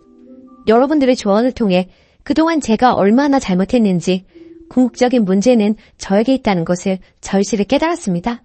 아내는 단호한 성격으로 한번 마음먹으면 잘 변하지 않기에 결국 저희는 별거를 했었습니다. 2개월가량 하게 되었고 그동안 아내에게 매일같이 편지 쓰고 마음을 돌리려고 노력했어요. 그리고 아내에게 앞으로는 절대로 이런 일이 없을 것, 이혼을 제외한 모든 걸 아내가 원하는 대로 할 테니 한 번의 기회를 더 달라고 했습니다. 그래서 결국엔 다시 합치게 되었고 시댁과 만남 횟수와 시간을 줄여서 최소한 교류를 하기로 했고 혹시나 또 부모님이 잘못된 언행을 하시면 적극적으로 제가 해결하기로 했습니다. 정말 이혼을 했으면 어쩔 뻔했나 너무 아찔하고 무서웠네요. 한 번의 기회를 더 얻었으니 이제부터는 더 아내의 말에 귀 기울이겠습니다. 정말 감사합니다. 댓글. 부모 앞에서 아무 말도 못할 수는 있는데 그게 반복되는 순간 아내를 어떻게든 부모와 떼어놓았어야 해요. 직접적으로 개입해서 아내를 도와줬어야죠. 그런 모습도 안 보이는데 어떻게 평생을 같이 살 수가 있나요? 댓글 2. 너희 부모가 문제가 큰 게 아니라 이 험한 세상에서 겨우 자기 부모도 못 막아주는 네 놈을 믿고 살 수가 없다는 거예요. 글만 봤는데도 님이 얼마나 찐따 같은지 잘 느껴지는데 님이랑 살 부비고 사는 마누라는 어땠겠어요? 오만정 털릴만 하지. 이 와중에 부모 탓만 하고 있는 거 보니까 평상시에 다른 일에도 어떤 태도일지 뻔하네요. 한 번 더 기회가 있으니 잘하세요. 일단 지금은 그냥 시부모님이랑 아예 안 만나게 하는 게 낫겠어요. 오늘의 사연은 여기까지입니다. 안녕하세요. 다름이 아니라 오늘 좀 황당한 일이 있어서 이렇게 글을 쓰게 되었어요. 글쎄 시누이가 어머니한테서 돈을 빌려간 걸 오늘 알게 되었어요. 한 10년째 어머니 생활비 제가 20만 원씩 드리고 있어요. 어머니는 월세 좀 받아서 생활하고 계십니다. 전 시누이가 용돈 15만 원씩 준 지 한 8년 정도 되는 걸로 알았는데 시어머니의 쌈짓돈이 제법 많으셨네요. 시누이가 어머니 돈 죄다 융통해서 쓰고 있는 줄 그간 몰랐었어요. 시어머니랑 대화 중에 제가 저희 아파트 중도금 때문에 힘들다고 했더니 빌려주시겠다고 하시더라고요. 솔직히 좀 놀랐어요. 그리고 어떻게 저희 중도금은 저희 능력으로 해결할 수 있기 때문에 거절은 했는데요. 신우이가 어머니 돈 야금야금 가져가고 있었으면서 시침이 딱 되고 언제나 길에 등등했던 걸 생각하니까 너무 얄밉네요. 저희 신우는 저에 대한 배려는 하나도 없는 사람이거든요. 친정에 와도 손 하나 까딱하지 않고요. 그렇다고 일하는 며느리에게 미안하거나 걱정해주는 그런 거 하나도 없습니다. 여왕처럼 그렇게 바쁘죠. 말도 함부로 하고 너무 거만한 게 기가 찹니다. 그리고 어머님은 자꾸 제 앞에서 집을 아들 명의로 돌려야 하는데 라고 하세요. 막상 저는 크게 그런 부분에 관심도 없는데 자꾸만 저렇게 말씀만 하시니 이제는 저 부리려고 하시는 술집처럼 느껴집니다. 집으로 유지하시는 게 신혼 때부터 지금껏 20년이 되려고 해요. 그리고 솔직히 집 전세금 빼면 1억도 안 되고요. 신우이 가져간 돈이 어렴풋이 8천에서 9천 정도 되는 것 같아요. 그럼 신우이 한 찰 다 가지고 있고 어머니 갑자기 돌아가시면 방법은 없죠. 그저 시어머니는 집을 아들 명의로 바꿔야 하는데 말로만 하시고 유세만 하시네요. 신우이는 돈 욕심도 많고 아주 독하고 모진 성격이에요. 늘 돈 굴릴 생각만 하고 돈 거립니다. 그러니 무슨 일이 생겼을 때 돈 내놓을 사람이 아닙니다. 아무래도 어머니가 신우이 가문이설에 농락당하시는 것 같아요. 원래부터 손아래 신우이 너무 거만해서 늘 불편했는데 아마 돈 문제 불거지면 한치 양보도 없을 것이 불보듯 뻔합니다. 저는 맏며느리라고 불임당하고 구박받고 이혼만 당하고 산 것 같아서 어이없어요. 신우이 나중에 지가 마지노릇도 불사하겠다고 하면 말릴 이유도 없지만 노릇 같은 거 할 위인도 못 되고요. 저희 남편은 신우이가 저리 설치는데도 불구하고 제 말에는 귀도 안 기울이네요. 한마디 하고 싶은데 어떻게 해야 할지 고민입니다. 추가, 많은 관심 감사드립니다. 참고로 말씀드리면 위에도 언급했듯이 시어머니한테 중도금 안 빌립니다. 힘들긴 하지만 해결할 수 있어요. 그리고 신우이가 돈 가져간 거 좀 눈치가 엿보여 중도금은 그냥 흐린 말이었는데 어머니가 반응하신 거죠. 딸이 돈 빌려가도 친정에는 안 갚아도 된다는 건 도둑년 신부 아닐까요? 신우이는 그러고도 남을 것 같아서 더 열이받아요. 그간 신우이한테 상처받고 쌓였던 게 더 큰 것 같습니다. 그렇지 않았다면 이렇게까지 열이받지는 않았을 것 같아요. 돈이야 원래 없었다고 생각할 수도 있는 문제이지만 신우이 하는 짓이 정말 밉상이거든요. 지 오빠한테는 너무 여우같이 예쁘게 보이려고 합니다. 하지만 저는 물론이고 저희 아이들한테는 쌀쌀 맞고 냉정합니다. 너무 여우 같은 신우이 앞에서 속절없이 당하는 제가 너무 바보같이 느껴지고 황당해서 하소연해봤어요. 집에 들어가니 시어머니는 신우이 사진 닦고 계시고 자기 딸은 너무 아까워 부엌 근처에는 얼씬도 못하게 하시는 분이 돈까지 다 빌려주셨다고 하니 속상하더라고요. 팔이 안으로 굽는 건 맞는데 남의 자식 대하듯 며느리를 이렇듯 소외시키고 자기들 좋은 대로만 행동하는 시어머니랑 신우이가 얄미워요. 늘 부엌부터 들어가는 며느리에게 말 한마디 따뜻하게 할 줄 모르는 신우이. 더 이상 상대 말고 무시해버려야겠어요. 자기 친정에서 돈을 빌리던 말던. 그리고 집 명의 문제는 남편 보고 적극적으로 알아보라고 하려고요. 괜히 며느리가 나섰다가 모양만 이상해지니까요. 조언 정말 감사했어요. 댓글 1. 쓰니님 서운하고 섭섭하시죠? 오죽하면 봄볕엔 딸 내놓고 가을볕엔 며느리 내놓는다고 하랬습니까? 쓰니님도 아이들 계시지요? 옆집 아들딸하고 내 아들딸이 같은가요? 달라요. 시어머니가 신우이를 아까워하고 사랑하는 거 그건 뭐 어쩌지 못해요. 님도 대신 님의 친정에서 사랑받는 딸 아닌가요? 누가 이해해주기 바라지 마시고요. 님의 권리 스스로 찾으세요. 며느리라 왜 부엌부터 들어갑니까? 그것부터 바꾸세요. 시댁팔길 자주 가지 마세요. 서서히 줄이시던지요. 댓글 2. 야박하시네요. 시어머니한테 용돈 드리는 20만 원, 말 그대로 용돈이지 생활비는 아니죠. 결국 시어머니가 약간의 경제력이 있다는 건데 설사 경제력이 없어도 내 손 떠난 돈의 쓰임 출처까지 이렇게 검사해야 하는지요? 어머니로서는 신우이가 딸인데 아들만 자식인가요? 그리고 아들, 딸 입장을 떠나 자식된 도리로 용돈 드리는 거 아닌가요? 아들이라 나중에 집 물려받을 생각에 용돈 드리는 것인지요? 그냥 내 남편의 부모니 말 그대로 용돈 드리는 거로 생각하세요. 집집이 모두 경우에 따라 다르겠지만 시어머님이 재산을 물려주시면 고마운 거고 안 주셔도 할 수 없지 않나요? 시어머니 재산 시어머니 맘대로 하시는 건데요.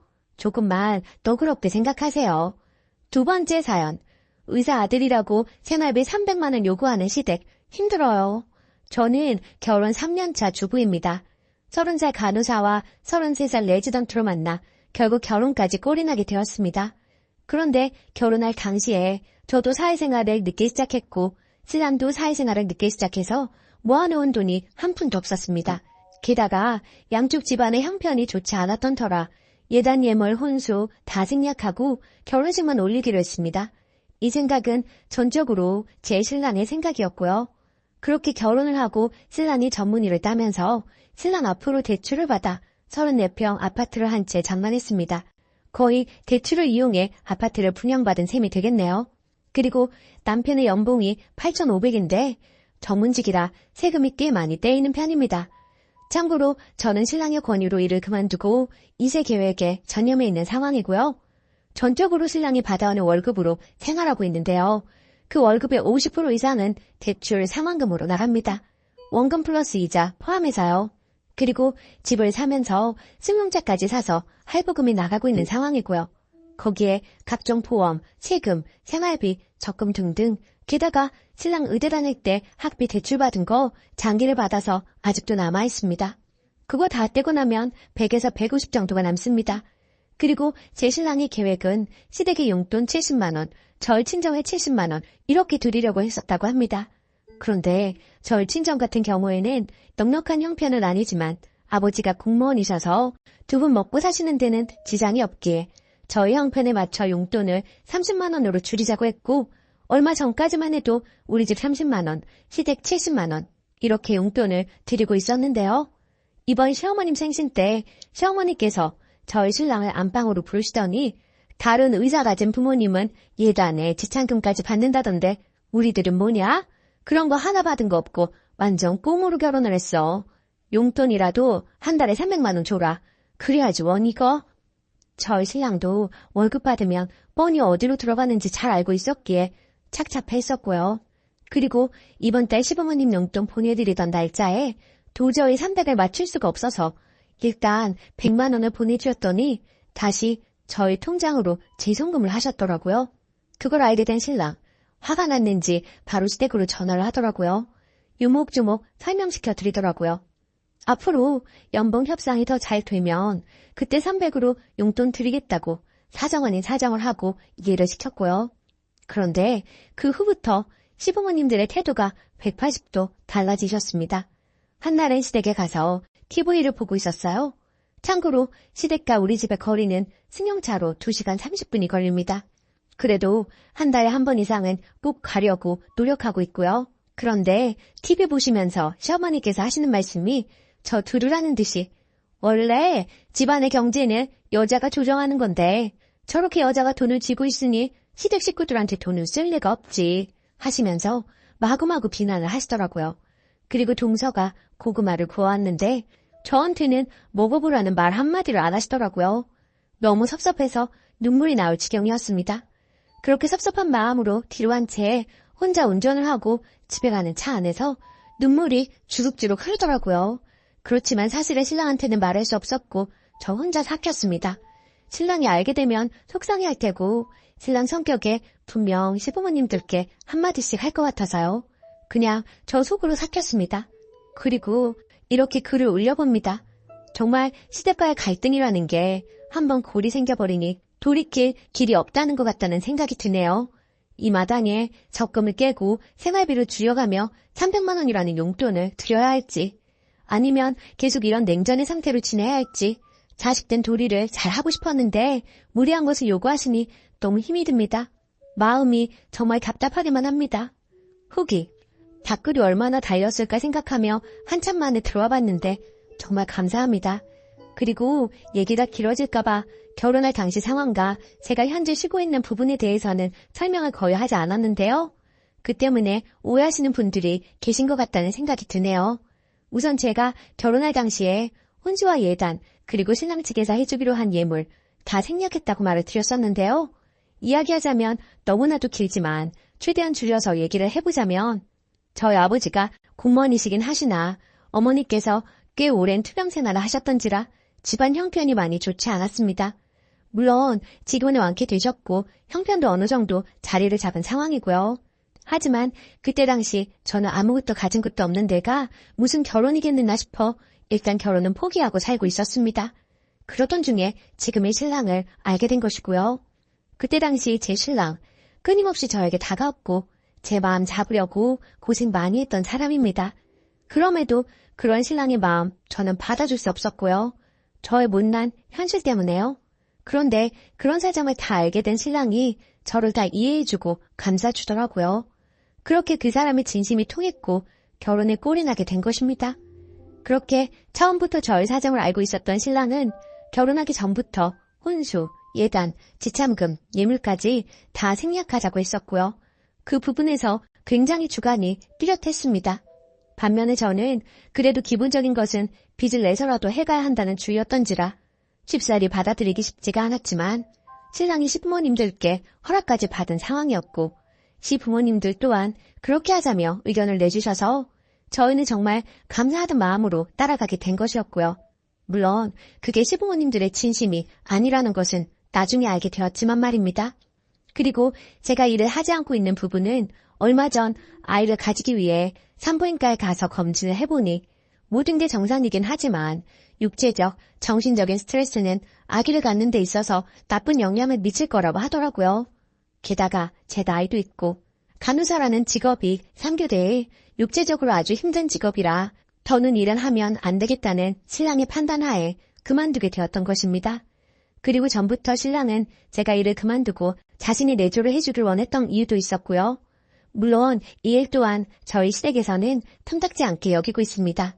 그거라는 신랑 답답했는지 매번 시부모님들과 싫은 소리 할 때도 많았고요. 그렇지만 매번 제 편에 서서 제 얘기를 들어주는 신랑이 있어서 그나마 숨통은 좀 트입니다. 하지만 시부모님께 인정까지는 아니더라도 적어도 미움털 박힌 며느리는 되고 싶지 않은 게 제 마음인데 너무나도 가슴 아프고 속상하고요. 그리고 결국에는 시댁에서 있었던 일 신랑한테 털어놓았어요. 신랑도 하다 안 되겠는지 시댁에 단판을 치겠다고 하더라고요. 300은 사실 말도 안 되고 그렇다고 적금 깨고 하는 건 모두들 극구 반대하시기도 하고 적금 깨고 그 돈 다 쓰면 그 뒤에 계속 300을 드릴 수도 없는 현실이니까요. 모든 게 너무 무리된다 싶은데 저렇게 화만 내시니 시댁하고 사이가 틀어지더라도 결판을 내자는 것이 신랑 입장이자 저의 결론이네요. 마음이 모질어야 하는데 가슴이 아픈 건 사실이에요. 시부모님 공경하면서 잘 살고 싶었는데 뜻대로 되지 않네요. 모든 조언 감사합니다. 답글 써주신 분들께 감사드립니다. 댓글. 남편분에게 말하는 게 좋을 것 같아요. 혼자 삭히면 그게 병이 됩니다. 저도 한 달에 생리 벌어오는 돈 160 가지고 생활을 하는데요. 이래저래 시댁에서 돈이 없네, 뭐가 필요하네, 이래서 들던 적금마저 깨서 해드리려고 하니까 이제 자연스레 그런 얘기를 하십니다. 한 번 했던 행동이 이제 버릇이 되어서 저희는 땅 파면 돈 나오는 기계인 줄만 아세요. 그러니까 절대 적금 같은 거 깨지 마세요. 저처럼 후회하시지 마시고요. 얼마 되지 않은 적금이었지만 깨고 나니까 적금 다시 넣기가 힘들어지더라고요. 님 글을 읽고 울컥했습니다. 약간 저와 비슷한 처지이신 것 같아서요. 님 힘내시고요. 남편분과 이야기를 해보세요. 자식들이 부모 돈 벌어다주는 기계는 아니잖아요. 또 아예 생활비 같은 거 안 드리는 것도 아니고 친정보다 더 드리고 있는데 왜 그렇게 욕심이 많으신지 모르겠네요. 동서한테는 이렇게 바라시지도 않으시죠? 전 시부모님이 형님한테 안 바라시거든요. 그 등살에 저만 죽어나고요. 유산기에 조산기에 있다고 해도 저만 죽어라 부려먹고 돈과 필요한 물건 있음 저한테만 연락하더이다. 저처럼 이렇게 살지 마세요. 댓글 2. 죄다 무개념 아닌가요? 집 좀 작은 데 살고 차가 꼭 필요한가요? 돈 없으면 걸어다니고 적당히 있으면 버스 타고 다니면 되는 거지. 무리하게 집 큰 거 사고 차 사고 그렇게 살아야 하나요? 작은 평수에 대중교통 이용했으면 홀랐겠구만. 그리고 우리 부모님은 내가 돈 드려도 도로 주시면서 항상 하는 말이 돈 줄 생각 말고 돈 빌리거나 오지 말라고 그러시면서 돈 가져오지 말라고 하던데 그 시댁은 진짜 개념이 없네요. 오늘의 사연은 여기까지입니다. 안녕하세요. 속상한 일들 좀 시원하게 이야기하고 싶어서 이곳까지 오게 되었네요. 저는 시어머니가 한 말 때문에 가끔 속상해서 잠을 못 자는